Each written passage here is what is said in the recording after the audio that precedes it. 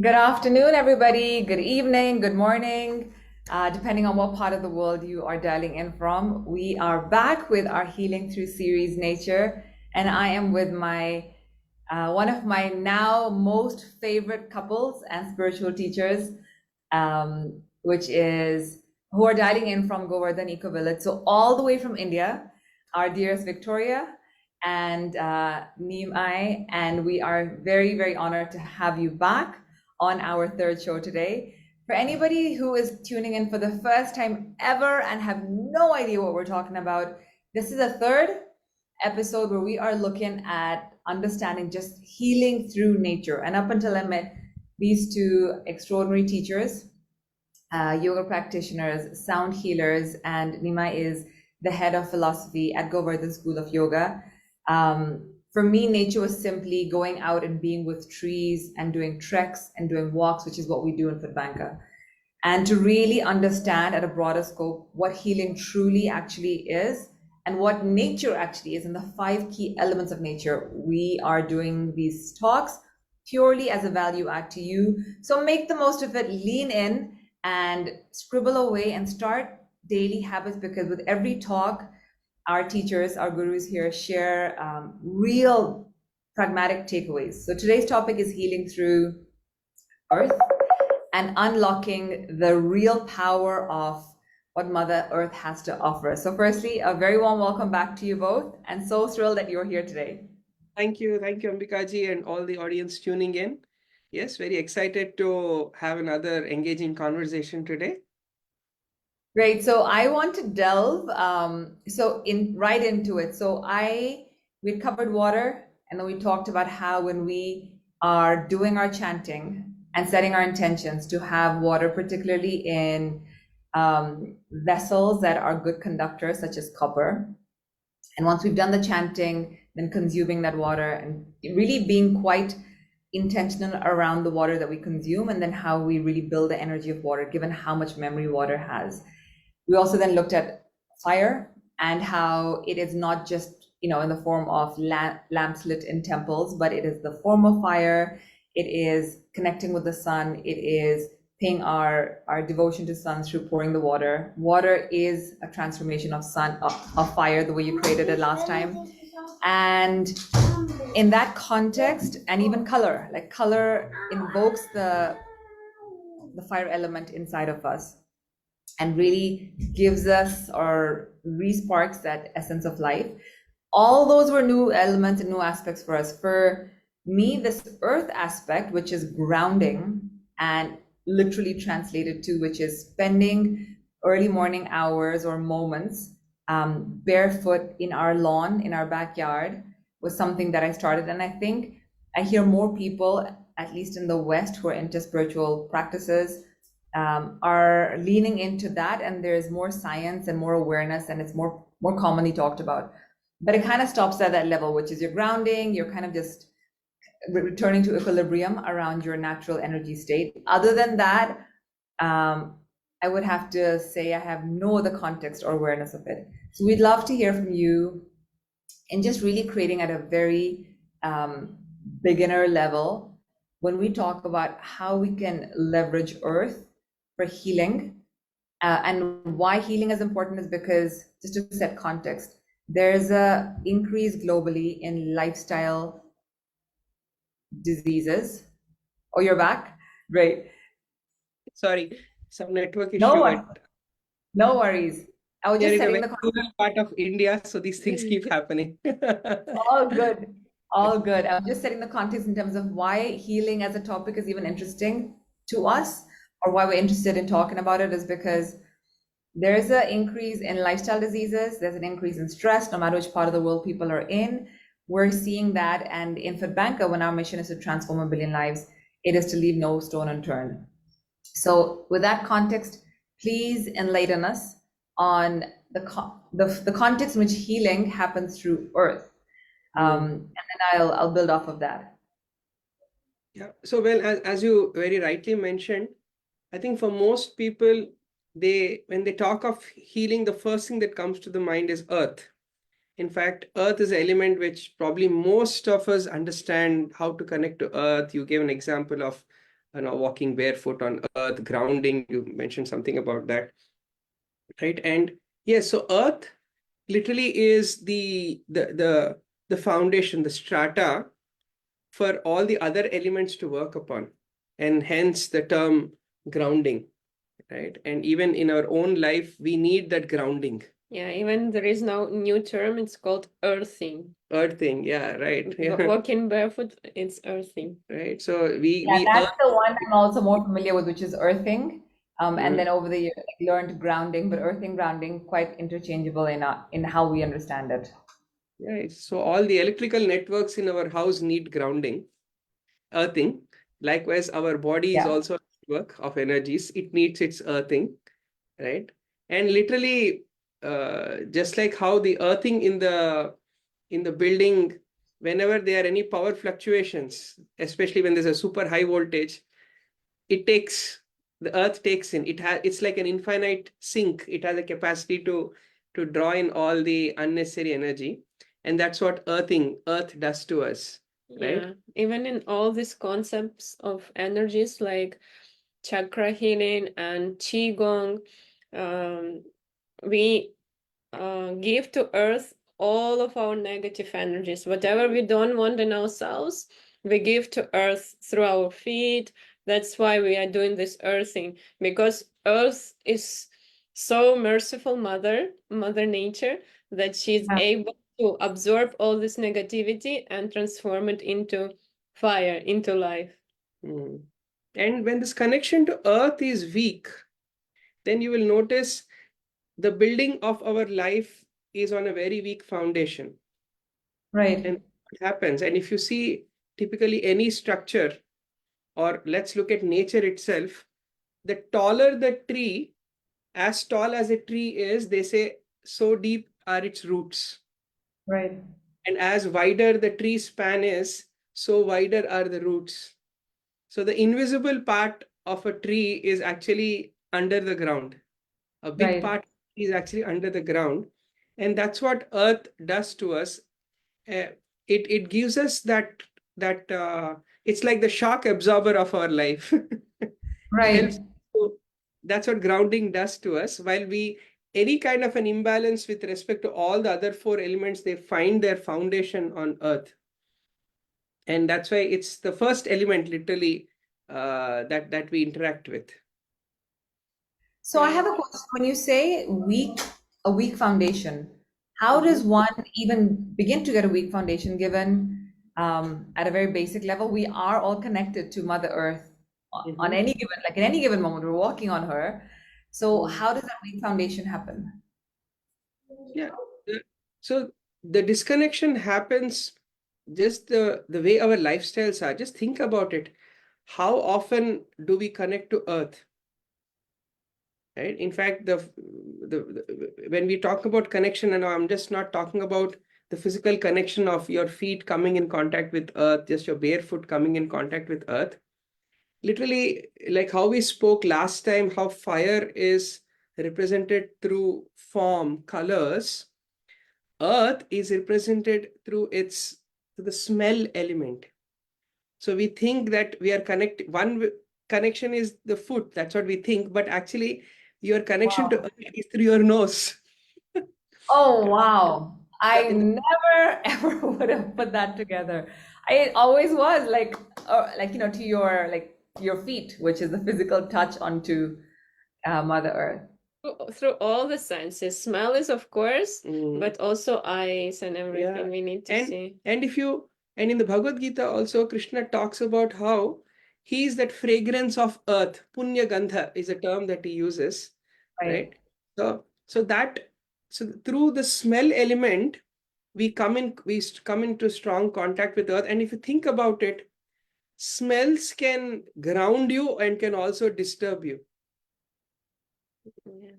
That's why in sound healing, for example, we use all these essential oils also. The wood smells of wood, cedar wood, sandalwood, lavender, and that's how before the session even starts, because the foundation of our sound healing, it's also grounding with heavy metal instruments like gongs. But before even starting with the ears, we start with the smell. When we were inviting you in Swaram, remember when you came?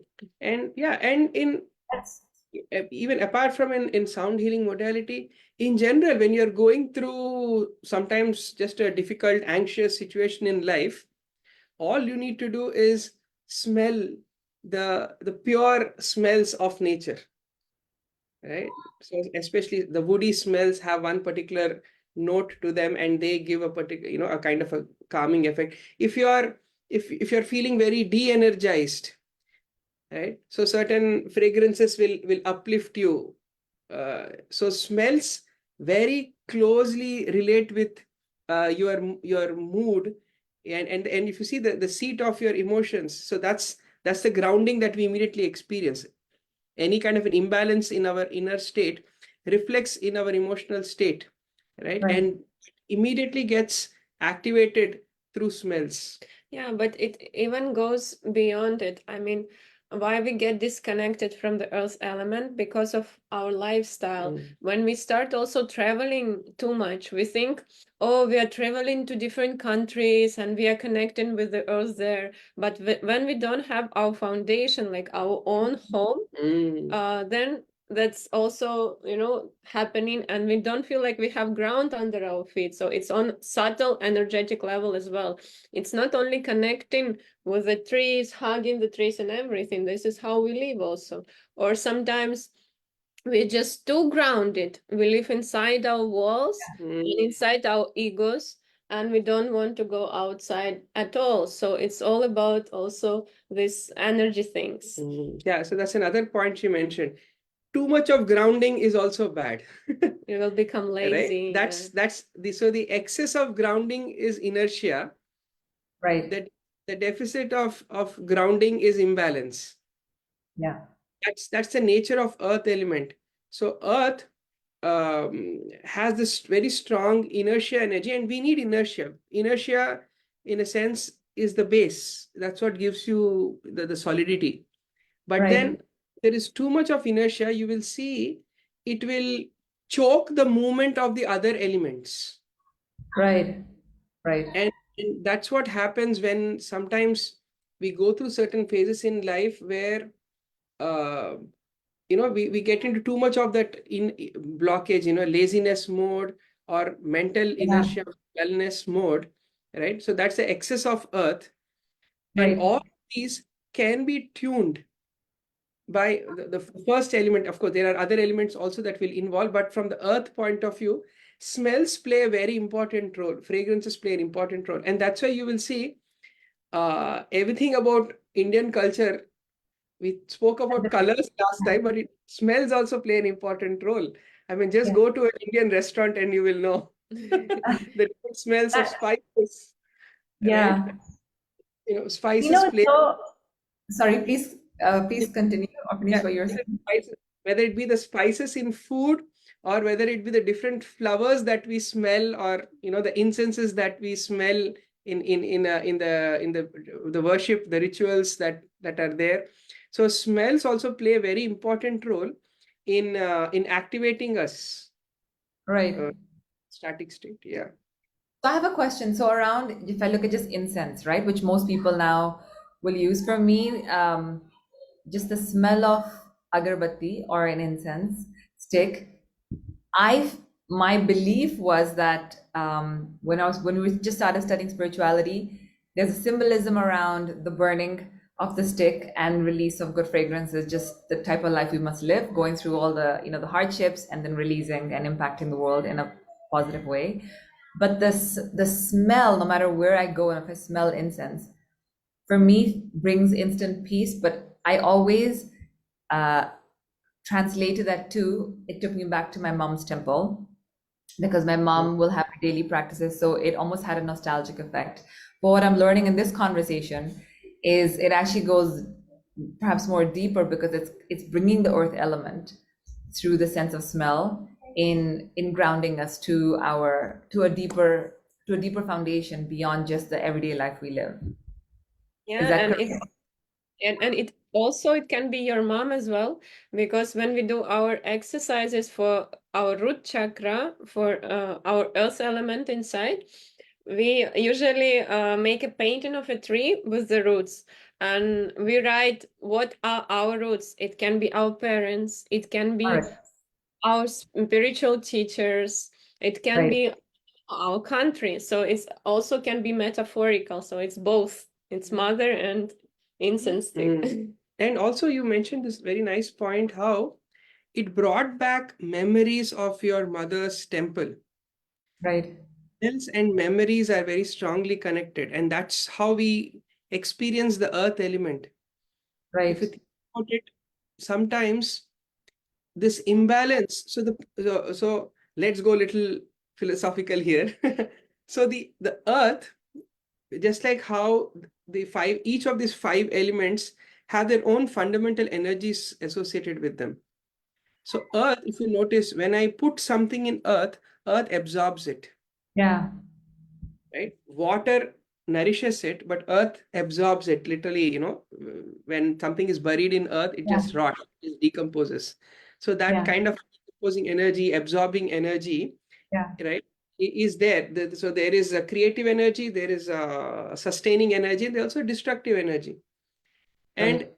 same, that destructive energy in the phases of time is the past, because Right. present is what that sustains, future is what that is to be created, but past is what it is destroyed.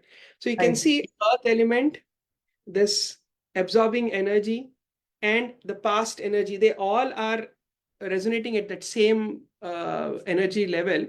So Right. memories are basically some things of the past, Yeah. and our grounding, our past, they all are connected. Right. So tuning the earth element here basically means tuning our memories as well. And that's where you'll see our sense of smell and memories are very strongly connected. Yeah. A certain perfume, maybe your best friend from high school would use a particular kind of a perfume, Yeah. and you have fond memories associated with that perfume, and 20 years later you smell that and suddenly you feel good. You may not even remember your friend, but suddenly you feel good because Yeah. your awareness is drawn into the past, Yeah.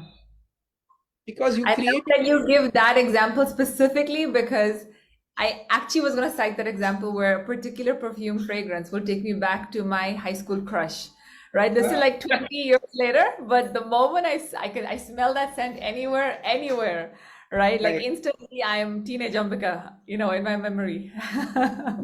exactly. So that's the grounding. And sometimes when we so strongly disconnect from our past, Right. and because of certain difficult life circumstances, that shakes our grounding, right? People say live in the present, live in the moment. You can only live in the moment when the connection to the past is a healthy, strong grounding. When the So connection. a question on that specifically, please, which I'm glad you brought it up. So trauma, right? It's a past memory, right? Mhm. And part of what we teach, so we have an emotional reprogramming program, which is trauma is not really that which happens to you, but it's that which happens inside of you. So from childhood trauma, it could be physical abuse, emotional abuse, sexual abuse, it could be bullying, or it could be just the everyday stuff where even a baby is born and you feel a sibling is born and you feel, oh, my parents love this new human being more than me. In those instances, how can smell, fast forward now to adult life, how can smell or fragrance be used to activate healing of those memories? So this is the beauty of nature. Nature provides us different smells for different purposes, right? So there are certain fragrances that help you in dealing with the disturbances of the past, like these kind of traumas, as you mentioned, that give there are certain fragrances that will help you to enhance your energies in the present, right? Right, So right, especially all these woody fragrances. Yeah, uh, each and every energy channel, every chakra, as we go higher, has its own particular smell. So, of course, the unique is lavender. So that's why we can see even in the West now, they do this lavender baths. So even a person can lie down on the bed and pure lavender, like a plant, they will cover the whole body with the lavender. Yeah. And person, even they go and they do connection with the inner child and everything. And through this inhalation of the lavender in guided meditation for inner child, that's how healing is happening. Of course, it's a long process, but there are different things like earth bath is it's also a concept in the West, but they incorporate first of all the smell as a healing element. And even, for example, in many Indian rituals, frankincense is used. Loban in Hindi, frankincense, right? So those fumes are used because these are the ones which are one of those grounding.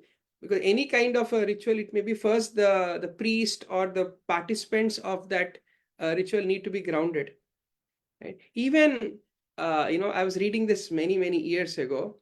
Even the smell of fresh cow dung has Oh, healing. wow.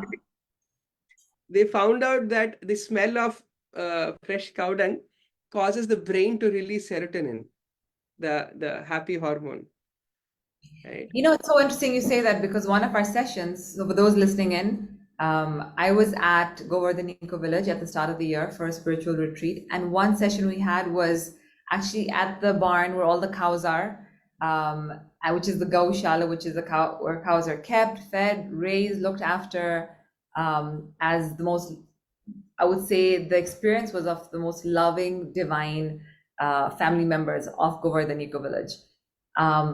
But the sense of inner peace being in that environment, and something that Nimai had actually recommended to our group, which is to go there every single day and spend some time, really was experienced. You wouldn't need to go there for 7 days to experience peace on the 8th day. Just being there on any given day for more than 20-30 minutes, there was just a sense of everything just being shed.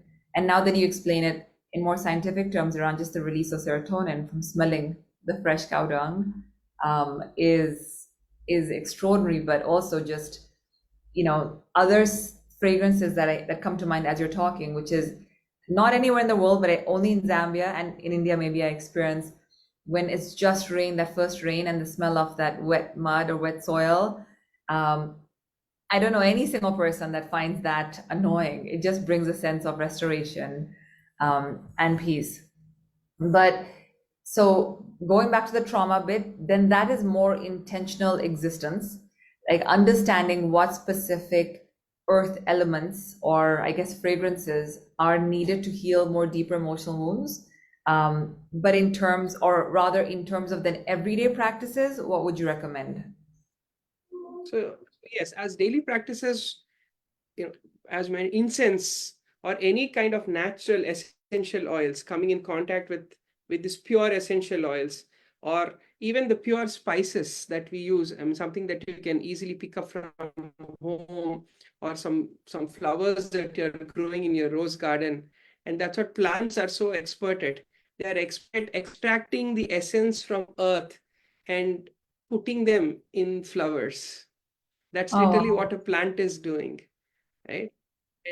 And when grown in a very nice, natural, pure environment, in a loving environment, these smells, these fragrances are coming out in their own pure, loving way. So just smelling fresh flowers, Gardening. coming, of course, gardening as an element where you're literally coming in contact with the earth element.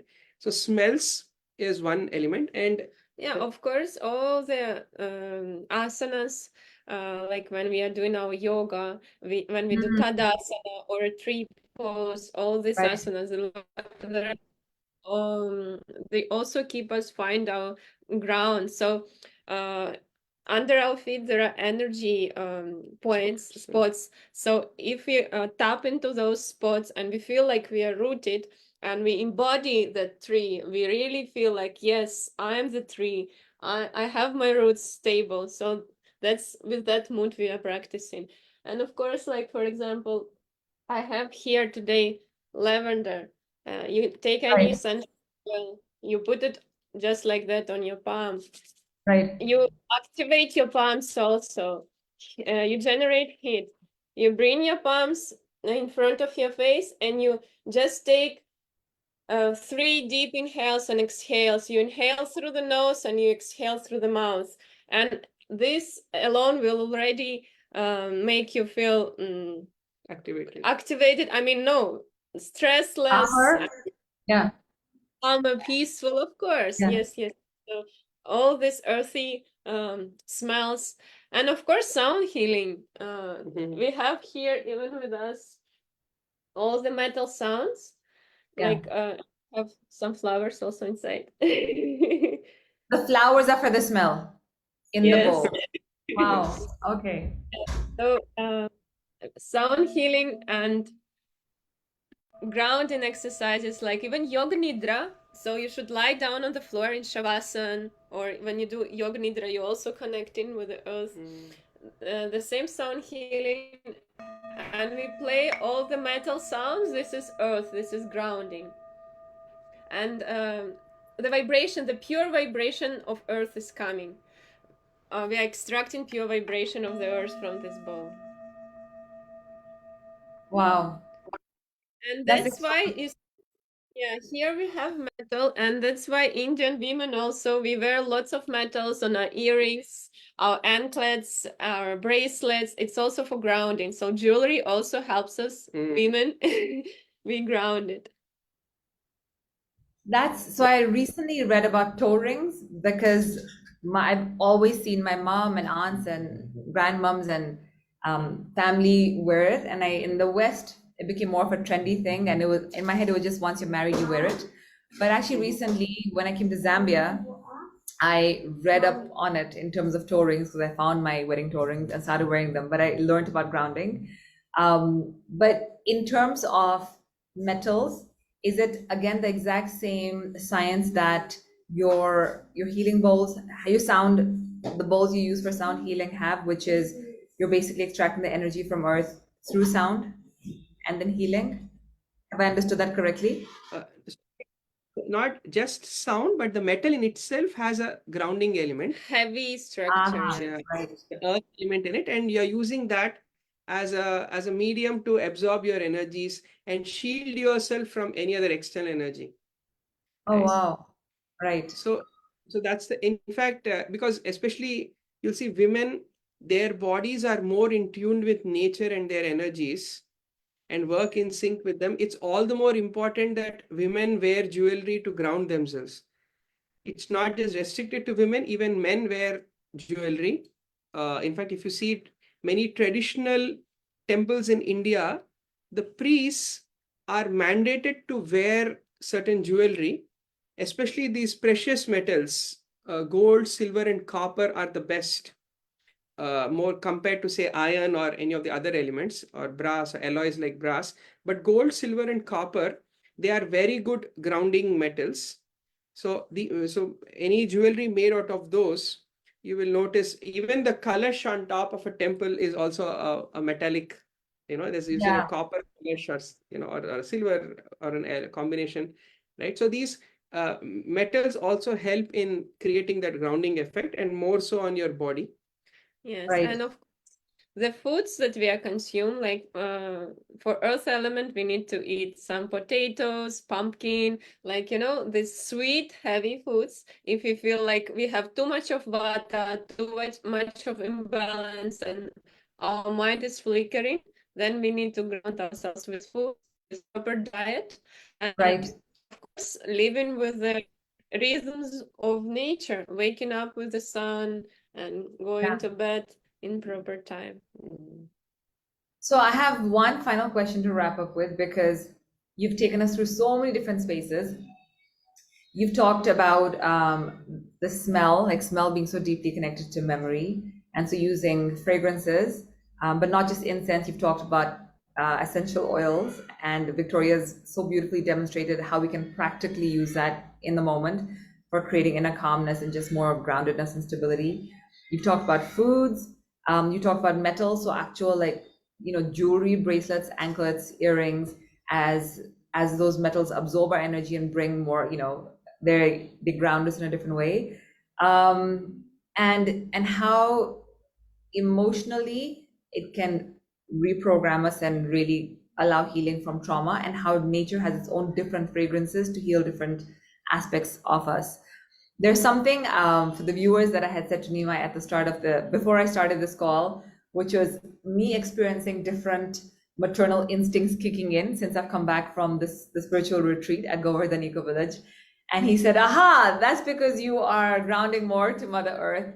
I would love if you could just unpack that for us. What does that even mean in terms of, I understand healing and grounding in the context of healing the physical body or the emotions and thoughts. How does it actually extend to transforming our behavior and how we show up more in line with our dharma? So I think Victoria gave a hint about that earlier when she said about finding your home. When you are at home, when you feel a sense of home, that's when you feel that grounding, and that's when you connect more to yourself. And so we need a foundation, as we've been talking all along. So that foundation, so perhaps after your visit to Govardhan Ecovillage and when you went back, you felt more connected to your home, to your roots, and the reactivation of your connection to your roots brought out your stronger connection with yourself, and that brought you more closer to your sense of dharma. Maybe perhaps earlier you were trying to find things, trying to arrange things to create that kind of a balance externally, but maybe now connection to your roots made it so clear that now you are seeing the world from a different perspective. You are even more than seeing, I would say you're feeling the world more differently. And that sense of peace is what is manifesting as your maternal instincts now. I am so moved by what you just shared as the analysis, and I really, there is a real shift. And to everybody listening in, I can't emphasize the importance of taking yourself. One thing we also learned in our spiritual retreats is travel, but not just travel for the heck of travel to spiritual places where there's a whole different vibrational energy. You're working and studying, not working, but you're learning from and in the presence of great spiritual teachers and people who've just dedicated their entire existence to mastery of the spiritual journey. And for me, that was 6 days or 7 days in January, where mid-March, which doesn't feel that long, but when you live your everyday lives, and even by end of January, think about your New Year resolutions. They go out of the window by mid-Jan, let alone like forget end of Jan. But 2 months on to find something really shifted at a core, I fundamentally believe is from the vibrational energy in that space in Govardhan Ecovillage. Highly recommend everybody check it out. But every session we did a sound healing session with Victoria and Nimai, which was just extraordinary. But it's staying connected with spiritual teachers to keep growing and enhancing yourself.